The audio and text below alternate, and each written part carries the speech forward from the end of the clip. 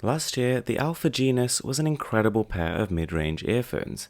Now, they're back with the version 2s.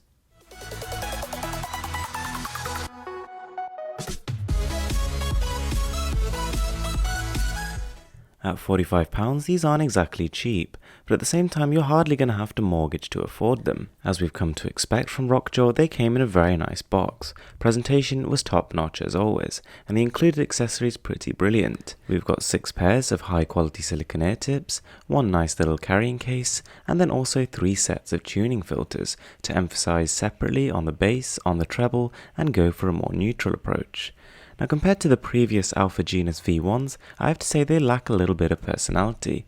Gone is that beautiful looking maple wood finish and the braided cable, and instead we've got a thicker, slightly more high quality cable, but nonetheless one that just looks a bit blander. And the actual earphones themselves, again, I think they're a little bit plain this time round. Nonetheless, they're still pretty sleek and build quality is top notch as always. However, the cable, while it's nice and wide and doesn't really tangle too much, does suffer from quite a high level of cable noise. So for example, you're wearing these and you start walking around, your music will be slightly interrupted. The remote and mic is pretty serviceable. You can use it to play and pause as well as skip tracks, but not raise and lower volume, and the mic quality is pretty okay. Plugging them in and taking them for a spin for the very first time, a few things actually popped into my mind. First of all, they sound good, like really good. I remember with the original Alfa Genus, I praised them for how well you could hear individual instruments, and to be honest with the V2s they're even more defined. Separation really is one of the earphone's strong points.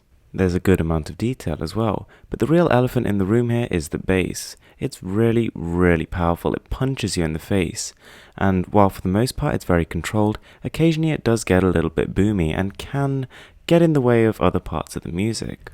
What this really means in the end is that for some genres, things like rock, where there's a lot going on, it's got a really fast pace, they don't really cope so well and they can be a little bit distracting.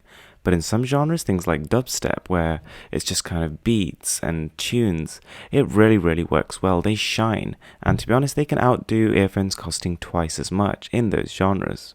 Overall, this is another fantastic pair of earphones from the company, who I'm really starting to become a fan of. They're pretty detailed, and they're probably in the top 5% of earphones in terms of bass, but they're not perfect.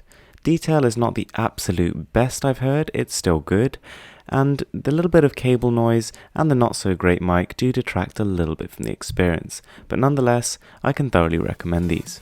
Thanks for watching, I'm Mrwhosetheboss, and this is Insanely Cool Tech.